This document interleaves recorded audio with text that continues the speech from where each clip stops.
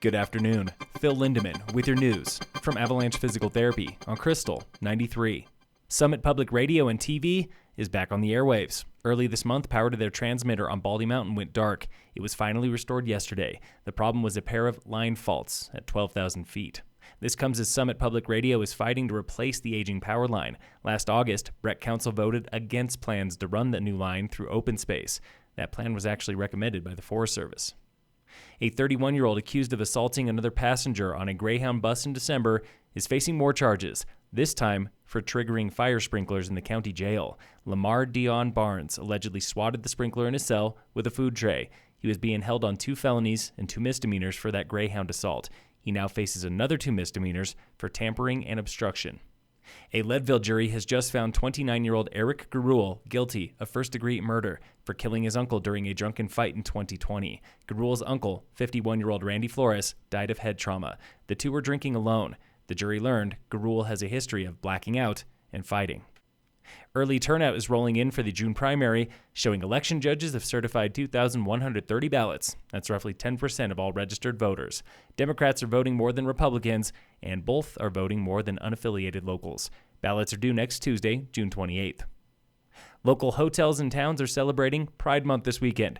Emily Karish, a recent Summit High grad and organizer of Summit's Pride Parade. We're really trying to create a space where queer people in Summit County can interact, because I know that they're up here. I know gay people are up here.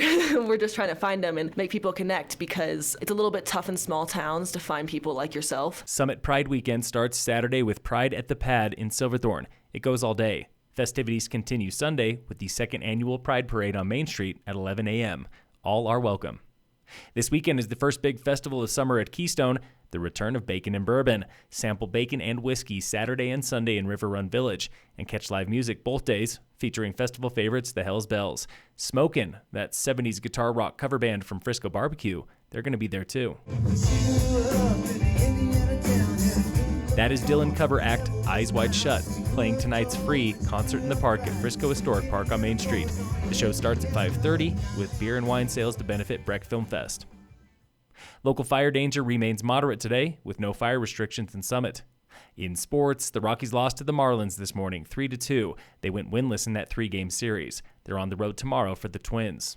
And in local sports, brought to you by Red Mountain Autos at their new location on Airport Road. Today on The Warmup. This particular design you can't buy. This is a fully triangulated 20-inch folder bike. That was Steve Smith, a retired mechanical engineer from Denver, talking about his custom-made bike at yesterday's Bike to Work Day. When you're on this bike, you don't know you're not riding a good, rigid, high-performance bike. He's designed 10 of these over the years using 3D CAD and machines them in his own home workshop. It's all riveted together out of square tubing, and there's no welds, there's no carbon, no high-tech in it. He admits it is a hobby, and he loves it.